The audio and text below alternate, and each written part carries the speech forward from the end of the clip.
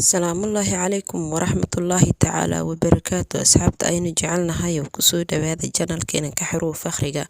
Hadduu eebbaweyne idmo, maanta waxaan idinla soo socodsiin doonaa faa'iidooyinka aadka u fara badan uu leeyahay oliveraha qayb ka mid ah, ama Soomaalida ay u taqiino dacarta. Oliveraha wuxuu ka mid yahay dhirta dalkeena ka baxda sida aadka ugu badan faa'iido u leh jirka bini'aadanka iyo isticmaalkiisaba.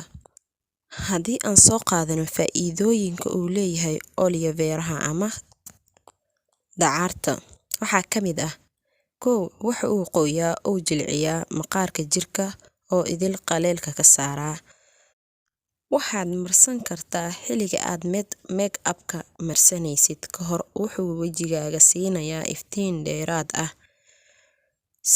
Wuxuu u fiican yahay timaha oo waad marin kartaa, wuxuuna ka dhigayaa tin jilcan oo shanlaynteeda kuma dhibayso. Waxaa la mariyaa cidiyaha, wuxuuna siiyaa awood iyo caafimaad. Waxaa daawo u yahay faruuryaha jeexjeexan oo wuxuu qoynayaa wuuna ka saarayaa jeexjeexa iyo toxobta. Waxaa la mariyaa jirka oo idil oo uu qoyaa. Waxaa la marsadaa intaadan qoraxda u bixin oo wuxuu wejiga kaaga ilaalinayaa kuleylka iyo falaaraha cadceedda.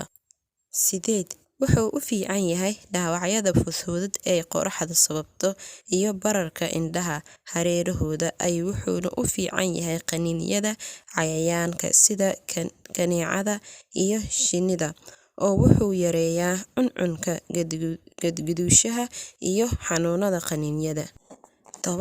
Waxa ay u fiican tahay egsiimada maqaarka ku dhacda, waxayna ka saartaa maqaarka cuncunka iyo qaleelnaanshaha ay sababto egsiimada ama cambaarta.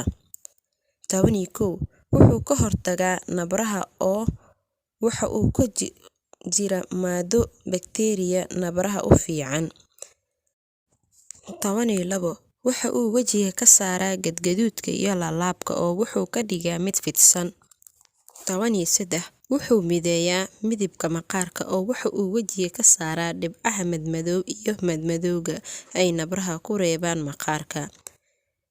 Wuxuu daawo u yahay oo la mariyaa caabuqa faruurta, hadday ahaan lahayd mid gudo iyo mid banaanba. Wuxuu u fiican yahay bakteeriya maqaarka madaxa gasha ee timaha daadisa ee sababta cuncunka. Wuxuu u fiican yahay agoolka, wuxuu ku jira fitamiinis badan oo timaha daaweynaya, wuxuuna badiyaa timahaaga. Intaas waxaan kusoo afmeeraynaa barnaamijkeeni ku saabsanaa oliveraha ama dacarta. Intaa mid ka mid la aynu ku kulmi doono, waxaan idinkaga tegaynaa sidaas iyo amaano Allah. Isma dhaafno. Ha inaga hilmaamin sheerta, commentiga iyo subscribe-ta intaba wixii inoo yihiin dhiirigelin insha Allah.